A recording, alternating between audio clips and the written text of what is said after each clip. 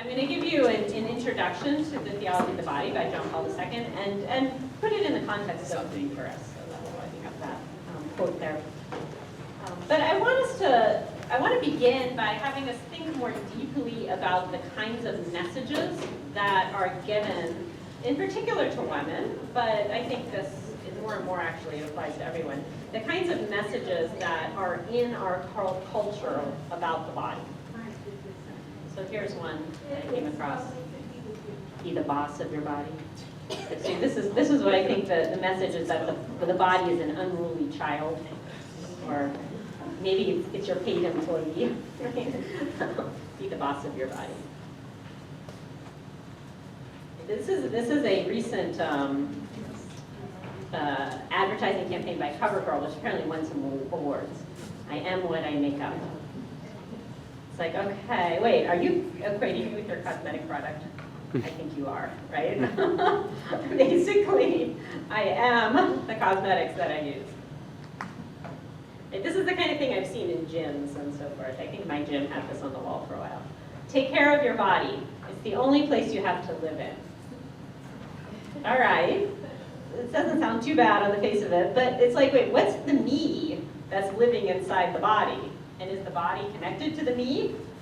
Is it just like a shell? Like a turtle? But even then, I mean, the turtle shell is part of its body, so yeah. So what's the me that's living inside the body? I love this one, it just cuts to the chase. It's a war, people. If you actually, at one point I did an Amazon search for body war, because there's a lot of war language in the population control movement, and all of these books popped up, and products and so forth that use this language of war. So all of these images are conveying a sense that the body is a problem to be fixed. Right? Be the boss of it, control it, manage it. With Sanger in the background, right? This should be a little clearer why people think this. So why are we so confused about the body? Why all of this language of war, warfare, aggression? Why do we have such a problematic relationship with our bodies? And I think there's something in the reality of the body where this makes some sense, because it's a complicated thing. The human person is very complicated. So our bodies, on the one hand, are actually us, right? Our bodies are us. So if somebody comes up and, if I go up to Luke here and slug him in the face, which I can't do, I actually can't throw a punch at all, so you're safe, Luke. But if I were to do that, Luke would probably not say, hey, why did you hit my ear? He'd probably say, why did you hit me? Right? Like we know that if somebody hits us, if they hit our body, they're hitting us, right? So our bodies are us, but we also know that we're also more than our bodies, right? Our human reality is not simply reducible to something that's, atoms and molecules and so forth. So what JP2 is going to grasp, and we'll talk more about this, is that our bodies are how we are in the visible world, right? It's us existing in the world where people can see us and so forth. You can contrast this with angels, who are spirit. They're thinking and willing, they're free, but they don't have bodies, right? So we're this complicated reality that we both can do some of the kinds of things angels can do in a different way, but we can think, we can choose, we're free, we love, but we do it with bodies. And so our bodies are how we are able to make ourselves visible in the world, right? So you can see and touch, sometimes smell bodies, right? And so that's how you interact with other human beings. And yet we have this interior fracture, right? And it manifests itself in different ways. So you see it in the language of, be the boss of your body, body war and all of that. John Paul II in the Theology of the Body talks about how, so first of all, we have this fracture with God, where we have this disunity. We're not simply united to God. And as a result of that, we have this fracture within ourselves, right? Where it's easy for us to think that I just live in my body like a home, but that it's somehow not really part of us. And then we have this fracture with each other. We are not in harmony with one another. We fight. And then a disharmony with the wider universe, the wider environment. We feel that the world is sometimes a hostile place. And so we're in this state of fracture. And JP2 talks about this interior fracture. But he doesn't have, that's not his jumping off point. His jumping off point is Jesus in the gospel, who keeps repeating when it comes to these realities such as the body, in the beginning it was not so. And so if all you look at is the state of disharmony and war and fracture, you're going to develop an idea of the world, an idea of the human person that buys into conflict as being a necessary part of human reality.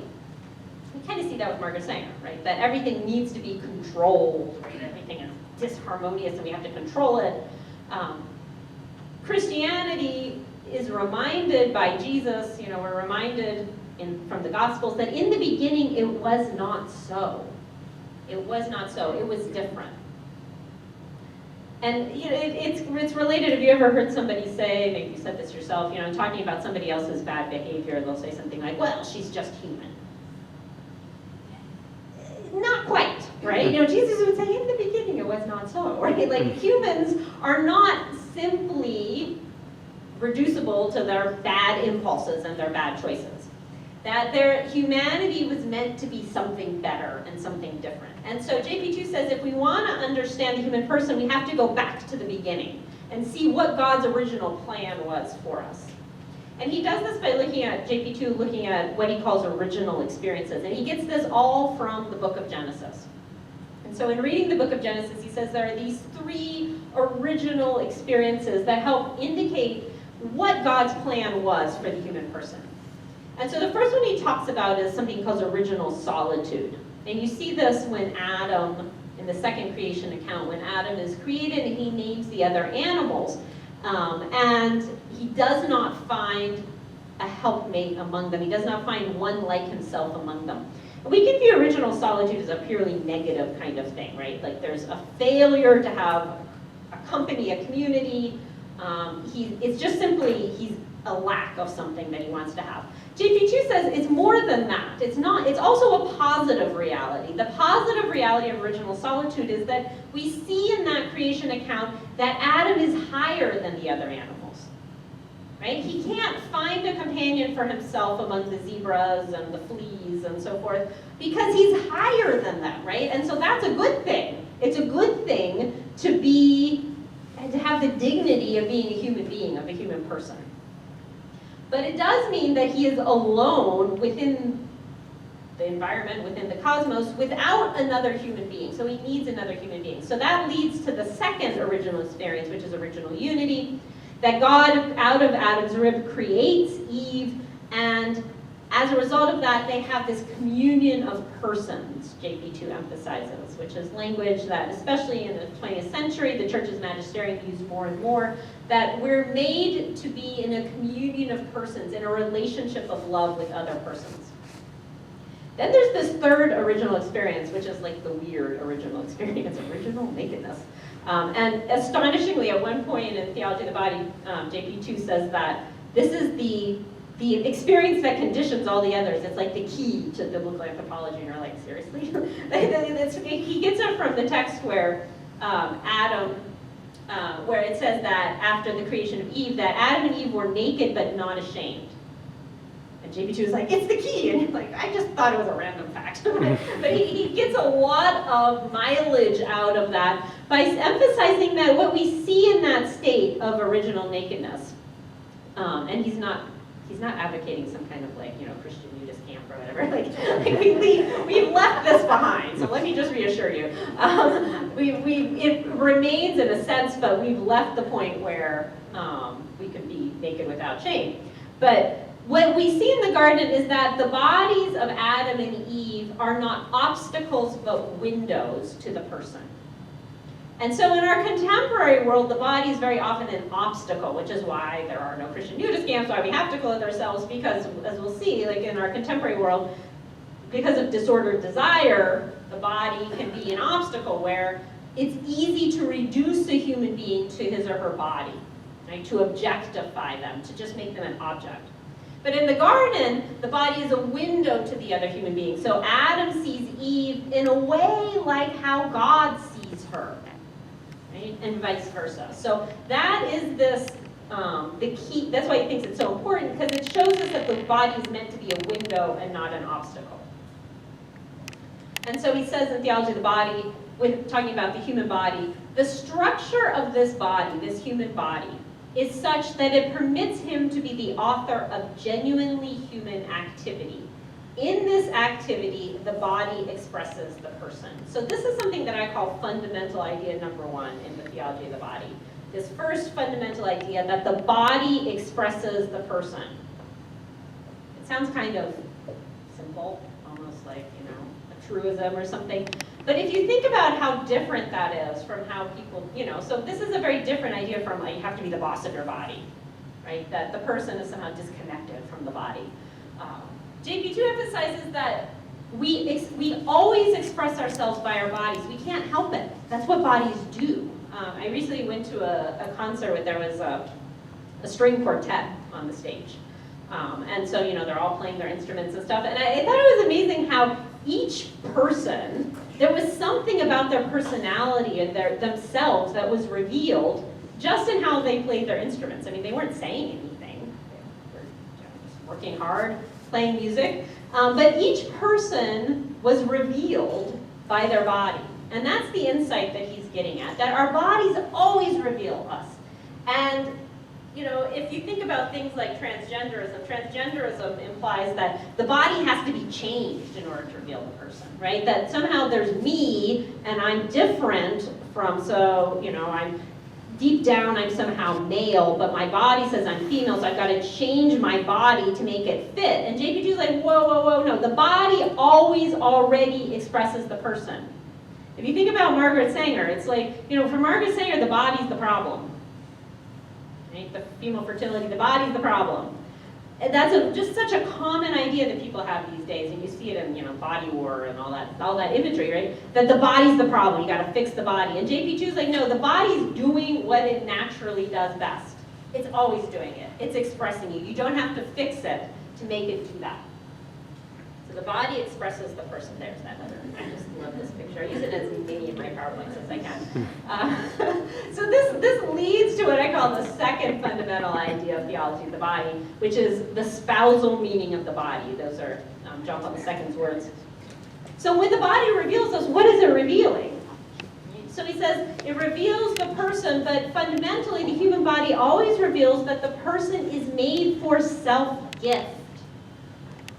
Right? So it doesn't reveal a person whose job is to accumulate pleasures or money or whatever. No, that's not what it reveals. It reveals a person who is only fulfilled through giving himself away. So the body reveals that we are made for self-gift.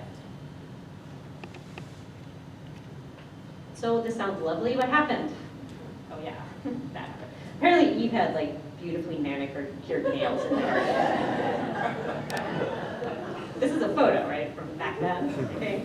Okay, so all of this beautiful, language of self-gift and communion of persons and all that. It's easy to look around, as people like Sanger and other people do, and say, well, that's not what I notice around me on an everyday basis, right? I don't see people falling over themselves to give of themselves, right? So into this analysis, you have to look at what we were made to be in the beginning, and then what happened, so that what we have now is that we've fallen away from that original vision. So there are particular ways that there's this ripple effect within the human person as a result of the fall. And so one of the things that happens is this idea of shame. And so it's important to realize for JP2, shame is not a negative thing. So he's not talking about, like a kind of traumatic thing that's kind of warping your personality or something like that. For him, shame is a necessary reaction to the new situation of a fallen human being. What in theology we call that post-lapsarian man, from the Latin word for the fall. So man after the fall, post-lapsarian man, is now reacts differently to the world than he did before the fall, And shame is the reaction that people have and that they should have to a more hostile world now, right? And so this is, again, why we don't have Christian nudist camps, because like that assumes that somehow that's a safe thing to do, that people don't objectify other people. And what we know after the fall is that that's not safe. And so you can maybe translate it a little bit in terms of modesty, that we have to protect ourselves from others, and that's what something like modesty in clothing enables us to do, right? It protects us from the disordered desire of others. So theology has a word for disordered desire, it's concupiscence. I had a student in one of my classes, I taught about this word, and he was like so taken with this word concupiscence that seriously, I think I taught it maybe in like class 6. And from class 6 through class 14, he used it every single week. He would always like find an opportunity to say the word concupiscence. All right, so concupiscence means in theology disordered desire, right? Desire is not a bad thing in and of itself. Right? I mean, it's a good thing to desire to eat, to sleep, to love another person, to desire God, right? All of these are good things. But you can have desire that becomes disordered, that happens after the fall, where disordered desire becomes the norm. Outside of the grace of God, outside of baptism, disordered desire now is the normal way of things. And in emphasizing this, Christianity emphasizes if desire is the problem, that means that the heart is the problem and not the body. This is just such a useful thing to realize, especially when we're thinking about things like body war and Margaret Sanger and so forth. How often in our world we scapegoat the body and we make the body the problem. What Christianity says is, no, actually the body just kind of like is along for the ride, more or less. I mean, we can develop bodily patterns of reacting that are sinful. But the problem is always the heart and what the heart wants, right? And so instead of a bodily problem with a technological solution, which is the population control solution, right? What's the problem? Too many people. What's the solution? Birth control. Instead of a bodily problem with a technological solution, Christianity says we've got a spiritual problem with a spiritual solution. So the solution is not tinker with your body. The solution is conversion. Turning your heart so that it desires the good things and not the bad things. This is something like, one of those hot button issues like preventing HIV transmission in Africa.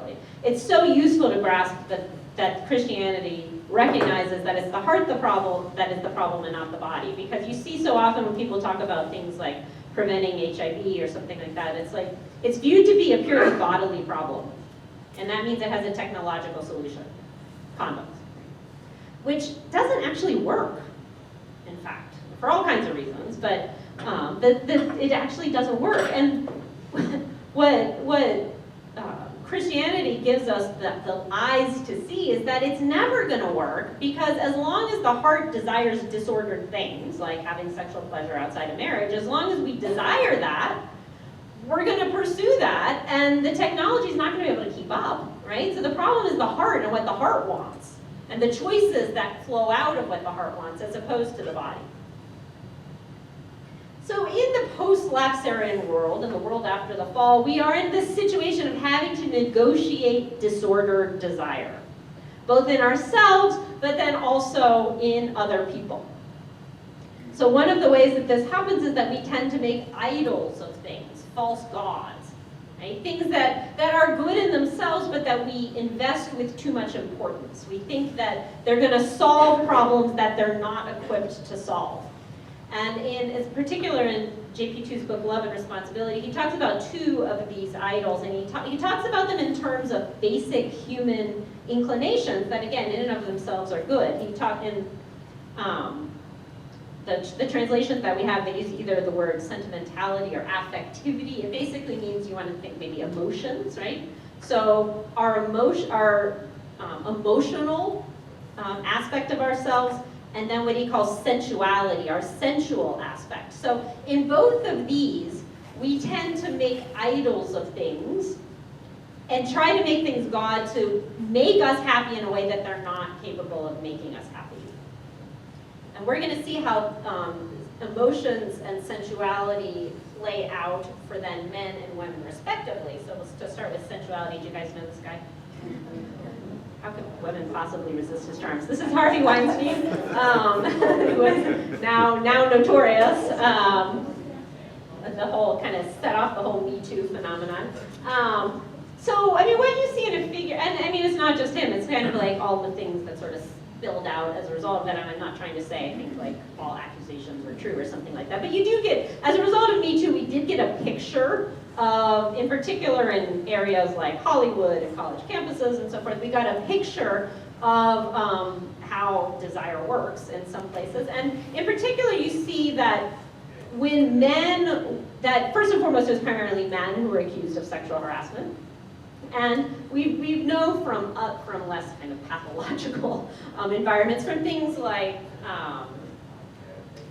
large data sets of attitudes and actions that say young adult males and so forth, that men are much more likely to be comfortable with and to pursue things like promiscuity and so forth. So the way that sometimes this is translated is that men are more likely to use relationships or love to get sex. Now, I want to be clear, I'm not saying that all men do this all the time, but when we're talking about fallen desire, the male version of this is the tendency to use love or relationships to get sex, where sex is the end game, and use things like saying I love you and making the woman feel good and all that as a means to that end. But Scripture is very clear that both men and women fall. And they both have, so JP2 reads the curses after the fall in Genesis 3 as really being predictions of like, this is how desire is going to sort itself out. Your desire, so when it's talking about the woman, Genesis 3 says, your desire will be for your husband and he will dominate you, right? And so you can think of that in terms of, so if men have a tendency to use love to get sex, women have a tendency to use sex to get love, right? And so in the emotional versus sensual aspects of our person, the men tend to be more oriented toward the sensual, women tend to be more oriented toward the emotional. And it's interesting that JP2 doesn't think that like somehow the emotional is like the white horse that's going to ride in and save us from the sexual. He says both of these are good, the sexual and the emotional, and both of them can go bad. And so here's an example. I don't know if anybody ever saw Mean Girls. It's like a classic picture of female manipulation, obviously exaggerated. So hopefully nobody here's ever dressed up as a Playboy bunny and attempted to seduce your ex-boyfriend. But like you can see why this is a more female move, right? The manipulation, where the end game is not the sex tends to be more a means to the end. The end game is more make me feel good, right? Tell me I'm wonderful, right? So more the emotional.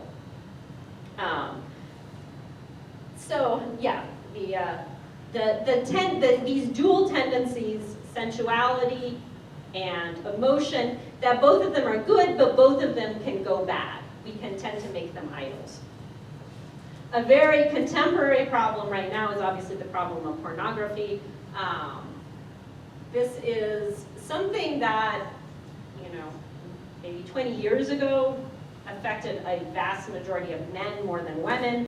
These days, the numbers are balancing out more. So this is just something really important to know about, that because of our technological advances, these days we have this possibility of pursuing sex without love in a way that's kind of like, all you have to do is turn on your phone, right? So this is now something that's kind of omnipresent. And it's just really important to know how omnipresent it is, how many people struggle with this.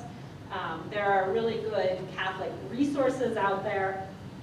And there's a lot of, plenty of good, like more secular Catholic resources. But it's really important to be alert to the fact that this is an issue and that it thrives in secrecy. And so the solution to it is not kind of like creating more secrecy out of a kind of misplaced shame where people are not comfortable coming forward and getting help. And so the question of pornography is definitely one of the contemporary fallouts of this situation of the fall. So into this, chaos of pornography and Me Too and manipulation and what have you, Jesus, JP2 emphasizes, Jesus did not come to condemn the heart, but to call it. And so Jesus calls the heart. He calls us to another way of living, and that means that he gives us the grace to be able to do that. So with the call comes grace. And this is so JP2's message is not, if you're struggling in this area, try harder, people. JP2's message is, if you're struggling in this area, turn to Jesus, right? Because you need grace, especially when you get into things like pornography, the addictive patterns of things like pornography. I mean, this is a problem that people most of the time cannot conquer on their own. And if somebody you love is struggling with this problem, your love cannot conquer it, right? Like, we need the grace of Christ as well as lots of human tools like accountability and so forth to be able to move past this. But that the grace is there, that Jesus calls and doesn't accuse. And the way that he calls is to invite us into his body, the church, and to receive the graces that are available within his body, the church. And so it's not to reject the body and to say the body's bad or something like that. It's actually to enter into his body is the answer. And so within his body, within the communion of saints, right, where ultimately the end game is this eternal communion with God and then with the community of his body. And this is how JP2 explains the language that's in all the Synoptic Gospels, where when Jesus is asked by the Sadducees, there's that funny story that they give about the woman who marries one brother and he dies and she doesn't have an heir, and there's 7 brothers, lucky her, and so she marries all of them in a row and doesn't have an heir, and in heaven, whose wife will she be? And Jesus' response, first of all, it's like one of those times where like he gives a Jesus insult. He's like, you really don't know scriptures or the power of God. Yeah, it's quite startling because Sadducees pride themselves in knowing scriptures. But then his point is, in the resurrection, they neither marry nor are given in marriage. And so marriage, as good as it is, and JP2 thinks it is very good, as good as it is a reality for this world. And that ultimately, what it does is prepare us for this more intense communion of love that we have in heaven with God and then with each other. And so the fact that the whole point of salvation history is to lead us into communion in love is one of the key points of the theology of the body, to remind us of that truth. So what does that mean right now? How can we live right now? What are some practical ways we can think about living differently in the basis of this theology of the body? So I get this from Janet Smith, who's done a lot of speaking and writing on contraception, and one of the things that she emphasizes in terms of generosity, right? So if our bodies reveal ourselves, and then what they reveal is that we are made for self-gift, that we're fulfilled in self-gift. She advocates that what we need to do in order to become happier people is to practice self-gift. And she says there's 2 ways in particular that we can think about practicing self-gift, and she talks about finances and fertility. And both of these are kind of like the hacks, the life hacks to getting to self-gift, because both of these are things that we tend to get very emotional about. Both of them are wrapped up in the future and in our security and in our plans, right? And so if we can be generous in these things, then that will enable us to be generous. It'll transform us in a profound way so that we can be generous in our whole life. So something like finances. If we can, this is the wisdom of the ancient practice that goes all the way back to the people of Israel of tithing. If we can think about our money as first and foremost belonging to God, so that we give a certain percentage of it to God first, it can help us to be able to surrender that. Because often what's wrapped up in money is this idea of like, I have a plan for my future and it's got to work out just a certain way, and money is an intrinsic part of this plan, right? So to let go of that enables us to be more generous to God, and then that has this trickle-down effect in the rest of our lives. Then with fertility, JP2 is in line with the whole contemporary magisterium, which allows that something like natural family planning is a good and beautiful thing, and JP2 doesn't think that a couple is obligated to simply have the number of children that they absolutely physically can bear or anything like that. But the very practice of something like natural family planning is a way of surrendering control, is a way of being generous, right? Instead of grabbing onto this technological control of our fertility, it's a way of saying, I am open to God's action in my life, and I'm going to allow him to run the show. And it might mean that things will work out differently than what I had thought I wanted. Okay, so it's this attitude of generosity, and again, it's about the future, it's about our plans. These days in particular, related to that, I think it's really important to think about generosity and communication. You know, there's kind of a very typical image of a family gathering for dinner these days, if they gather at all, is like a picture of everybody on their phone in one hand and fork in the other, right? That's not ideal, according to the Christian understanding of family. So to think about how we communicate and how much we allow other people to be present in their bodies in front of us, right? And how often we seek out that kind of communication, or how often we default to having this technological mediation. I think one of the things about technology and why we're so attracted to technological communication is that we feel like we can control it more, right? So we're back at this issue of control, just like with finances and fertility and Margaret Sanger, right?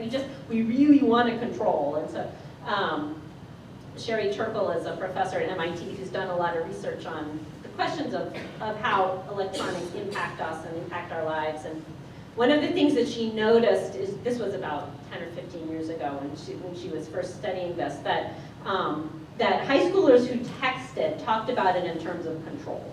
That if I have a conversation with somebody face to face, it might take a different direction. I might betray myself. I might show an emotion, you know, because our bodies express ourselves, right? Like, I might express myself. I might make myself vulnerable. And instead, I'm going to get control over the means of communications and do it all electronically, where, like, I'm running the show, right? And so that's an ungenerous way of communicating. It's a way that kind of closes us in ourselves. And so to work on all of these areas is a way to lead us to more generosity. We see in particular in the Eucharist the model of this. So we can be generous with God and one another. It's safe to do that. Why? Because God has been generous with us. Right? It's not, the world is not just simply the post-lapsarian world of war and conflict, right? But in the beginning it was not so, and now Christ has given us his grace, and so we can be generous as he gives himself, so we can give us. So we see this generosity in particular in the Father sending the Son, the Lamb of God, to sacrifice himself for us. And what's relevant to our topic in particular, if we think about the body, is that when the Father sends the Son, he sends the Son to be incarnate, right? Which means to be embodied, to take on a human nature, and that includes a human body, and to save us, not in some kind of abstract way, just kind of like waving a magic wand and say, okay, you're all saved. So I mean, in theory, could God have done that? Sure. Like, is he powerful enough to do that? Sure. But he didn't want to do that, right? He didn't want to just wave his hand and say, all right, you're all saved, we're all better. It was a matter of living that self-gift out in the body, right? That's what Jesus does for us when he dies on the cross. So he dies for us, and JP2 emphasizes that kind of self-gift, because it's a total self-gift, is a spousal kind of self-gift. And he didn't come up with this idea. We see it in Ephesians 5. Paul talks about this, that Paul's talking in one breath about marriage and the husband and the wife, and then he turns all of a sudden and he says, but I mean the relationship of Christ and the church.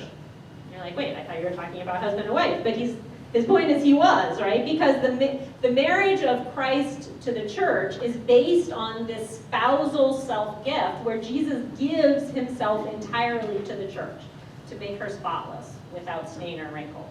So this spousal self-gift is both prepared for by marriage, by this human self-gift of marriage, and then also then in Christ, it becomes now the self-gift of marriage becomes elevated to the level of a sacrament, where now it's capable, the relationship between the husband and wife is capable of expressing this gift of Christ to the church. So JP2 says, this is from Mulieris Dignitatem, where he talks more explicitly about the Eucharist, that Christ is the bridegroom because he has given himself. His body has been given. His blood has been poured out. So he gives so we can give, and that for the ordinary course of things, that will look like marriage, but it will also look like, to other states of life that we have represented in the room, it can look like holy orders, like the priesthood, where the priest makes this total self-gift of himself to the church as the bride. Right? So he can stand in persona Christi for the bride, Christ's gift of himself. He stands in persona Christi and does that to the church. So one reason why the scandals of of things like clerical sex abuse are so shocking to us, in part because we sense that like the priest is supposed to be acting like Christ. Right? He's supposed to be giving that self-gift as opposed to taking. He's supposed to be giving. But then we also have in the room, which I didn't realize you would have, we have the example of the religious, right, who gives of him or herself to, in this kind of spousal self-gift where instead of giving that total self-gift to another human being, it becomes this gift to Christ and this gift to the church, which is an anticipation of what we're all going to do in heaven. So this self-gift marks all the different states of life within the church. JP2 continues in Mulieris Dignitatem, where he says the perennial unity of the two, this is very typical theology of the body language, the perennial unity of the two that exists between man and woman from the very beginning, so marriage, he's talking about natural marriage, is introduced into this great mystery of Christ and the church. So everything that's there from the beginning, that God creates us, including marriage, is now elevated in Christ. It's healed and elevated, and in particular, marriage is healed and elevated to be this expression of the relationship of Christ and the church. And that this is really made possible, all of this self-gift is made possible by the Eucharist. I mean, so one thing that's just so obvious is how hard self-gift is, right? Because we see people, we fail at it all the time, we see everybody else around us failing all the time. It's because of the fall that this is so difficult, so we need the grace of Christ in order to be able to do that. And so the beautiful thing is that we give this grace for, we receive this grace for self-gift in God's own self-gift to us. Okay, so in the Eucharist, it is that self-gift embodied that's being made available to us so that we can live our bodily life in this place of self-gift. So I think I'll go ahead and close there. I already talked about my book. So